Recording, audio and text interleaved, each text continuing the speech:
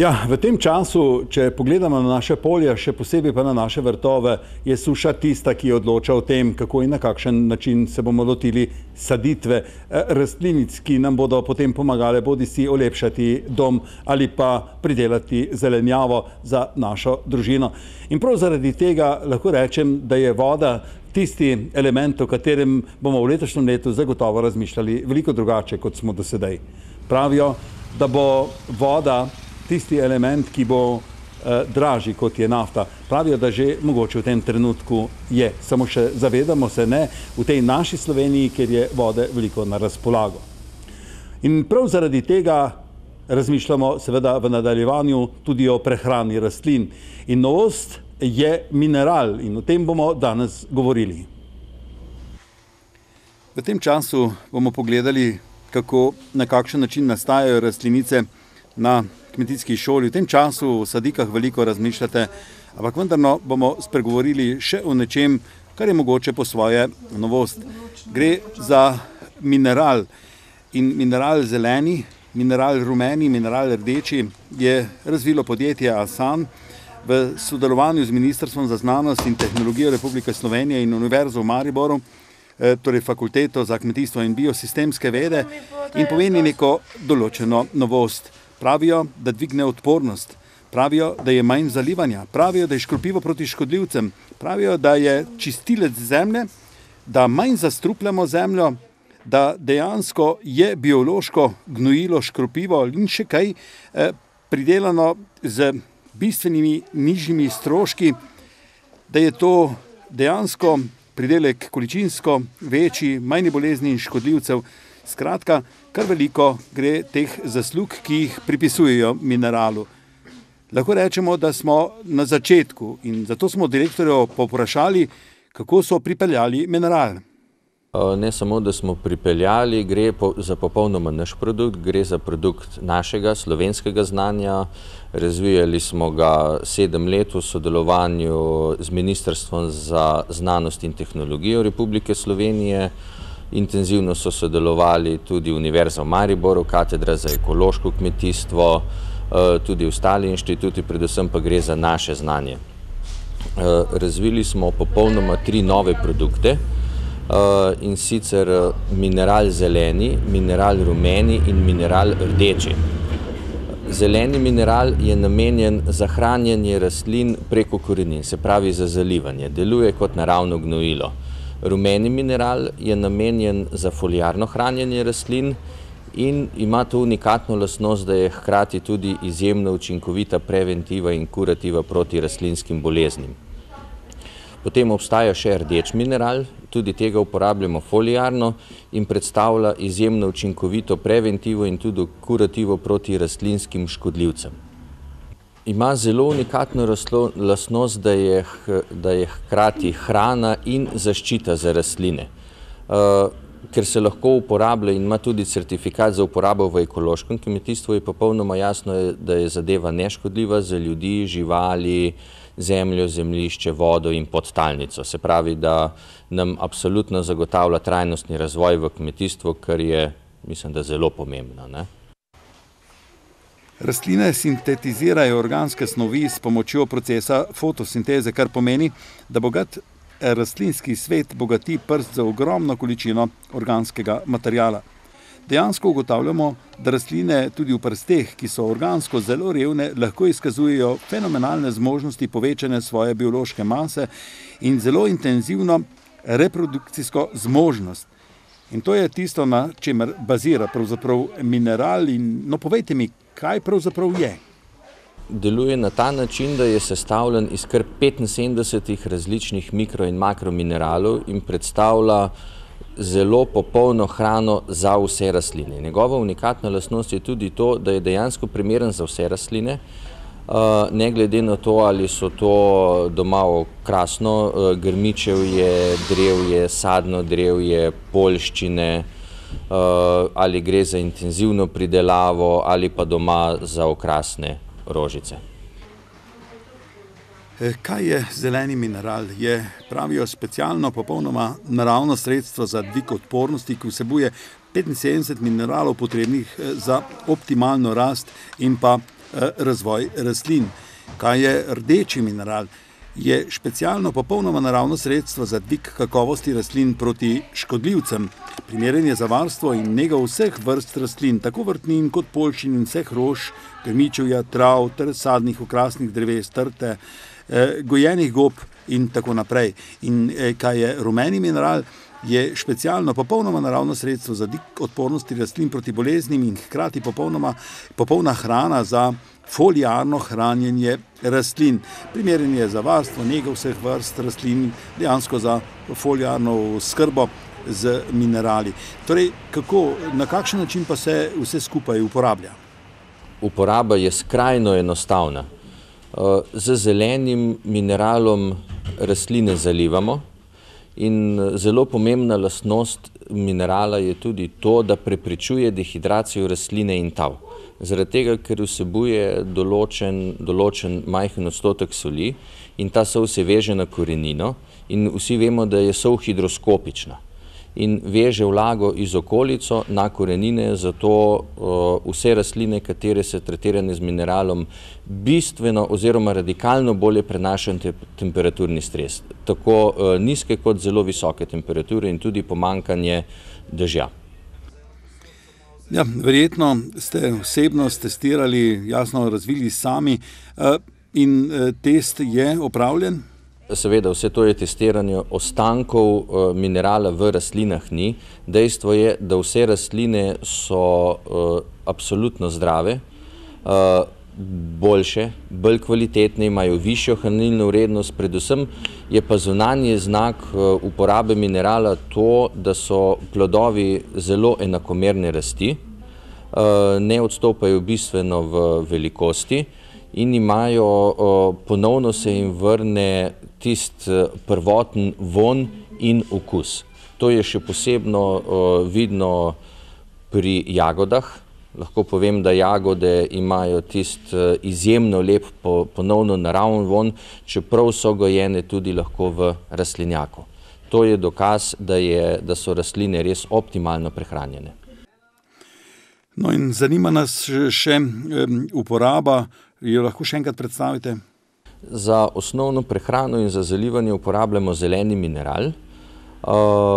Uporabljamo ga vsake 14 dni enkrat, ostalo zalivamo z navadno vodo in tudi enkrat na 10 ali največ na 14 dni uporabimo rumeni mineral za foliarno hrano, se pravi tudi za bistveno boljšo cirkulacijo v sami rastlini, med korenino in zelenim delom in med cvetom. In vse rastline se nam bojo oddolžile tako, da bodo absolutno zdrave, bolj intenzivnih barv, z daljšim cvetenjem in predvsem intenzivne in zdrave barve. Je pa zelo pomembno tudi, da doma uporabljamo stvari, katere niso strupene. Rumeni mineral predstavlja učinkovito zaščito praktično proti vsem boleznim, proti vsem plesnim, deluje tudi kot v bistvu naravni fungicid. Če se pojavijo uši, tako na vrtu kot tudi na sobnih rastlinah, učinkovito lahko uporabljamo rdeči mineral. Mogoče o rdečemu mineralu še to, da je škodljiv samo za tiste škodljivce, kateri se hranijo z rastlino in deluje sistemsko. Se pravi, ko škodljivec prvič poje rastlino, se mu prepreči razmnoževanje, zato ker se mu pregrejejo prebavila. Ko tretjič ali četrtič poje rastlino, se mu prebavila tako pregrejejo, da enostavno pogine. Kako učinkovit je rdeči mineral, se vidi na vrtnicah. Izjemno učinkovit oziroma 100% učinkovit je tudi na krompirju pri odpravi koloradskega hrošča in tudi v rastlinjakih, kjer se uporablja rdeči mineral, praktično ne prihaja do infekcij z insekti. Absolutno pozitivno vpliva na vse bolezni, razen pri peronospori. Če je že močan napad peronospore, pri močnem napadu tudi rumeni mineral ni učinkovit, je potrebno uporabiti druga sredstva. Je pa zelo smiselno, da se rastline začnejo tretirati že v začetku vegetacije, zato da so res optimalno prehranjene in na ta način so tudi naravno bistveno bolj odporne na vse bolezni. No, po sledeh minerala bomo še stopili bomo do tistih, ki ga že nekaj let uporabljajo in ugotovili, kaj to pravzaprav je, se je po svoje novost. Zelo zanimiva, lahko rečem. Ja, kako bi drugače, kot da na našem polju pridelamo pšeničko in potem iz nje kruh. In v Škocjanu smo pred nekaj leti začeli s pokušino kruhov. Tudi sam sem zraven sodeloval in to je sedaj velika reč. Gre za to, da se gospodinje pomirijo v tem, kdo speče boljšega. In takšna prireditev je pravzaprav tisto, kar iščemo v tem našem podeželskem prostoru.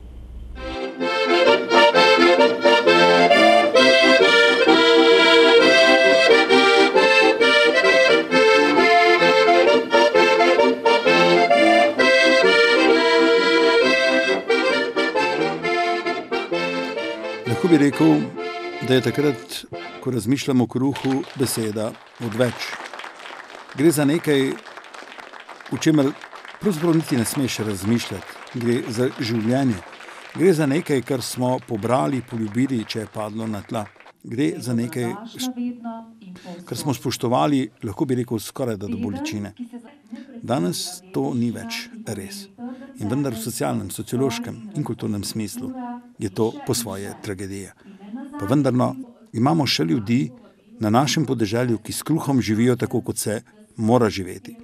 No in poslušajmo, kako je škocjanski župan o priliki ocenjevanja kruha nagovoril svoje krajane. Budi spomin na otroške dni, na krušno peč, na mamo, na družino. Predvsem pa predstavlja kruh neke vrste toplino, varnost, srečo. Ja, ocenjevanje je organizirano tako kot veliko teh po tej naši Dolenjski, po Posavju, po Beli krajini, pa vendarno, kako je šlo tokrat v Škocjanu. No, prejeli smo 51 vzorcev, kar je zelo veliko. Prejšnji 2 leti nazaj smo prišli do številke 30, pač več ne. Zato smo še posebej zadovoljni. Zdaj sodelovala so tudi sosednja društva, Šentjernejsko društvo podeželskih žena, pa potem iz Bučke, pa iz Bele cerkve. Bilo je pa precej domačih kruhov, tudi nečlanice so sodelovale, tako da smo res zelo veseli. Kategorije so bile razdeljene po tipu moke oziroma sorti moke iz krušnih žit, tako da so imeli naši ocenjevalci 3-člansko komisijo, smo imeli kar precej zahtevno delo. Na tak način organizacija, no in koga ne, če ne komisijo, smo povprašali, kako je bilo in kakšno je bilo letošnje ocenjevanje. Komisija je imela težko nalogo, ker kruhi so bili zelo kvalitetni in zelo dobro in skrbno pripravljeni, kar bi rekel lahko na zelo visokem nivoju. Pohvalno je to, da ni bilo primesi tujega okusa in pohvalno je tudi to, da so ženske kar izvirne in uporabljajo manj soli, kar je zelo dobrodošlo v današnji zdravi prehrani. Včasih smo rekli, da kolikor rok, toliko različnega kruha. Gre za to, da ga svojo roko umesimo in da je mehkoba tega kruha pravzaprav odvisna od teh rok. Jasno pa, ko gre za isto moko. Takrat pa, ko iščemo moko, no takrat bi morali tudi na polje, ampak to je že druga zgodba. Pa vendarno, kaj je povedala zmagovalka? Kruh je bil bel s simbolom. Priznanje mi pomeni veliko, spodbuda za naprej. Vem, da s tem mi je potrjeno, da dobro delam in to je to. No, če bi rekli velika prireditev, potem bi se morali ozreti na Ptuj, pa tudi v sosednjo Belo cerkev, kjer pripravljajo že skoraj državno tekmovanje v peki kruha in tam nekje okoli 15. aprila bo tudi v letošnjem letu tam velika prireditev. Sam pa pravzaprav mislim, da je kruh nekaj, s čimer pravzaprav niti ne bi smeli tekmovati. Morda je to neko posvečeno blago, na kmetih še toliko bolj spoštovano, da z njim se ne gre igrati. Ampak vendarno, to, kar nam povedo tisti, ki prenesejo kruh na ocenjevanje, to je velika reč. Na ocenjevanje sem tudi prinesla kruh. Sem pač v društvu podeželskih žena in zdaj je že 3. ali 4. leto že to ocenjujemo kruh in je fajn, ker s tem si, bom rekla, izboljšamo način in tudi poznavamo, pa bom rekla, spoznavamo svoje napake. Tako da sem pač lansko leto spekla že tudi bel kruh, pa ajdo z oreh in letos tudi. Sicer bi kakšnega drugega, ampak vse ne moreš. Ne? Je pa letos kar veliko kruhov. Super.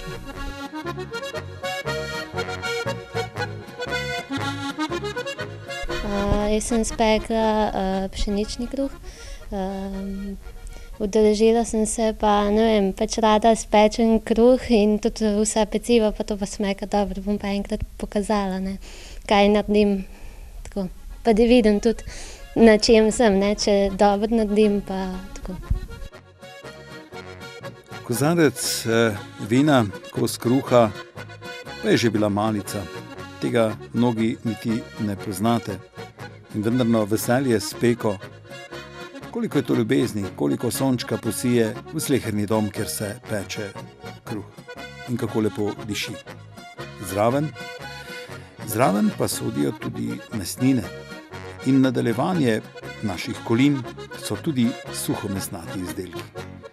O salamah, v sevnici, na teh tekmovanjih bomo še govorili, ampak danes o suhomesnatih izdelkih, ki so nadaljevanje tradicionalnih domačih kolin. V tem času pa bomo opozorili tudi na salamjade. Salame so pravzaprav produkt, s katerim se tekmuje tu pri nas v tem našem dolenjskem, posavskem in belokranjskem prostoru. In če kje, potem v Sevnici. O teh salamah bomo govorili. Sam pa bi zaključil letos domače koline. Namreč domače koline so se tudi posušile in predvsem o domačih kolinah v Kostanjevici bomo govorili tudi danes. Ja, ko tako gledam te naše koline, se mi dozdeva, da je to nekaj, kar je veličina znotraj tega našega dolenjskega, posavskega in belokranjskega prostora. Res, da mnogi poimenujejo izdelke drugače, ampak vendarno to moramo ohraniti za vsako ceno, predvsem zaradi tega, ker bo denar poskrbel, da takrat, ko tega ne bomo imeli več, tega tudi več ne bo. In Društvo domače koline iz Kostanjevice na Krki na nek način ohranja to tradicijo skozi tekmovanje. Prav radi prihajajo, skoraj bi lahko rekel vedno eni in isti, ampak v novejšem času že tudi mlajši, ki tekmujejo tudi v suhomesnatih izdelkih. To v principu niso salame. Salame so dosegle svojo veličino znotraj samega sevniškega tekmovanja, o tem bomo še govorili. Ampak o tem našem tekmovanju, v nadaljevanju tradicije kolin, pa moramo vedeti, da je pravzaprav mesenka tista, ki se je naredila, pa da je zajec tisti, pa še marsikaj. No in zagotovo predsednik Društva domače koline iz Kostanjevice lahko pove, kaj misli o tem. Mogoče so salame res nekega vrhunskega tekmovalnega razreda. Mi ravno ne želimo, da bi to počeli tudi pri klobasah, pa šinekih in tem. Gre se za neko, bom rekel, bolj domače ocenjevanje, ki sicer je verodostojno, ni pa dodelano do nivoja, ki so ga naredili pri salamah. Mi želimo samo, da ugotovimo, kater domač prašič z domačim predelovalcem ali pa tudi pridelovalcem je znal porabiti to meso in pridelati neki izdelek, ki ga ni sram postaviti na mizo in se lahko pohvali pred gosti in pred sosedi. Mislim, to je, cele koline so od časa, kjer so prvi izdelki od krvavic in pečenic in tega, in potem, ko dozorevajo ostali kosi mesa ali pa izdelkov, tudi salama na koncu, na se v starih časih kaj salam posebej ni bilo, sej kmet si ni mogel tega privoščiti ali pa kdorkoli, on je imel razporejene izdelke, imel je nekaj mesenk, suhih, imel je potem tudi kakšen kos kočinek, ne, in ostalo, da je špeh seveda izbedno slovel kot dober izdelek, ne. Tudi danes je najbolj pomembno, tudi vidimo pri tejle ocenjevanju, da je špehov pravzaprav največ, ne. In cela procedura obdelave prašiča traja do ene pozne spomladi. Izdelki začnejo takrat, postanejo takrat godni za, bom rekel, za na mizo, neki pa kot so šunke ali pa mogoče prečeto, pa malo kasneje, ne. No in kaj je bilo na ocenjevanju in posledice nekih domačih kolin? Klobasa, mesenka, potem je šinek, ne, vratovina, potem imamo mi tukaj zajc ali pa špeh, ne, si rečejo, ampak je to zajc v končnici, ker ločiti moramo, da imamo tudi prekajena rebra, ki se so skoraj opustila in ko si kosti dol potegnil, je postala to neke vrste hamburger, kao in kar v zajca meče, kar pa ni res, ne. To je čist drug kos mesa za mene, ne. In tu imamo še, kaj smo naštel, kar v glavnem vse te kose, ne. No, o kruhu smo že govorili, pa vendarno vi imate znotraj samega tekmovanja tudi svojega šampiona. Naša tradicija je, da postane to zanimivo, ker imamo dobro vino, cviček ali pa te izdelke dolenjsko rdeče, dolenjsko belo, je kot sestavina cviček, potem je ta zajc, špeh in pa en domač lep kruh. In to je kombinacija in temu se da več vrednosti kot recimo eni salami. Zato imamo mi posebej ločeno to ocenjevanje, posebej ponderirano in vsak mislim, da se čuti zmagovalec te točke ali pa teh kombinacije več vrednika, kot pa če bi moral glih v salamo jeti. Kar ne pomeni, da ni prav, da salama je tudi izdelek, ki je lep, ne, in je vrhunski dosežek dobra salama, ne. Vendar to ni tradicija. O tem jaz govorim, ne, zdaj. V Kostanjevico ne bomo več hodili, ampak vendarno je bila tudi salamijada z tam 40-50 vzorci, vrhunec same prireditve. Iskali smo to, kar je povedal predsednik, pa vendarno lahko rečem, da so bile salame izjemnega okusa. Lahko rečem, da tudi veliko jih je bilo glede na prejšnja leta in na tak način bodo v Kostanjevici ta teden zagotovo lepo praznovali. Lahko pa v nadaljevanju povem tudi to, da so se kruha in špeha, torej na nek domač način, začeli lotevati tudi v belokranjskem prostoru. No, za konec pa bomo pogledali, kako pečejo v Beli krajini. Kruh namreč.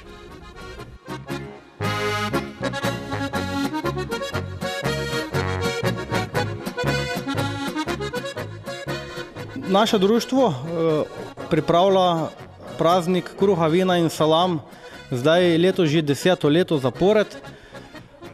Letos smo imeli 89 vzorcev vina, potem je bilo 18 vzorcev kruha, salam nekaj čez 20 in okrog 10 špehov. Ta slanina je plod domačega dela naših krajanov.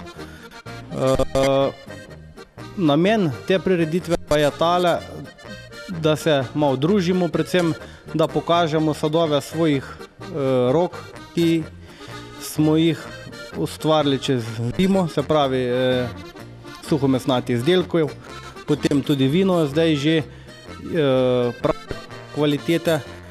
Poleg vsega tega smo pa dodali še kruh, ker brez salama, brez kruha ne gre. Tako smo pred 5 leti dodali še kruh, tako da tudi naše gospodinje lahko pokažejo, kako se še z nas peče dober domač kruh. Malo nam jo je zagodla tehnika, pa vendarno sami izdelki in vse pokazano in poskušano je bilo vrhunske kvalitete. Lahko rečem, da je taka prireditev za njo celo škoda, da se zapira znotraj kakšne take vaške sredine, ker gre preprosto, mi svetu moramo pokazati, kdo smo. In zadnjič smo dobro slišali tudi iz evropskih ust, da si je upati predstaviti že veliko in da imeti tako biro izdelkov, ki smo jih izdelali sami, pridelali na našem polju, da je to bogatstvo, ki se mnogokrat ne da plačati z denarjem. Ja, še posebej, če nam jo bodo zagodle kakšne vremenske neprilike ali pa, bog ne daj, kakšni politični problemi.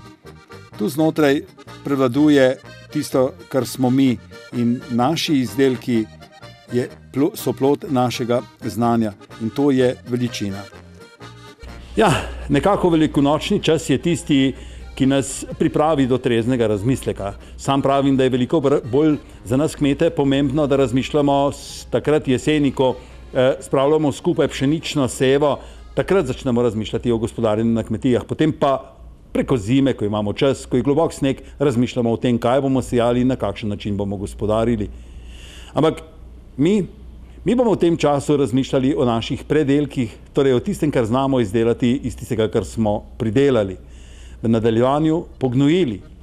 Moramo pa se zavedati, da je voda nekaj, o čemer moramo začeti razmišljati. In to že danes.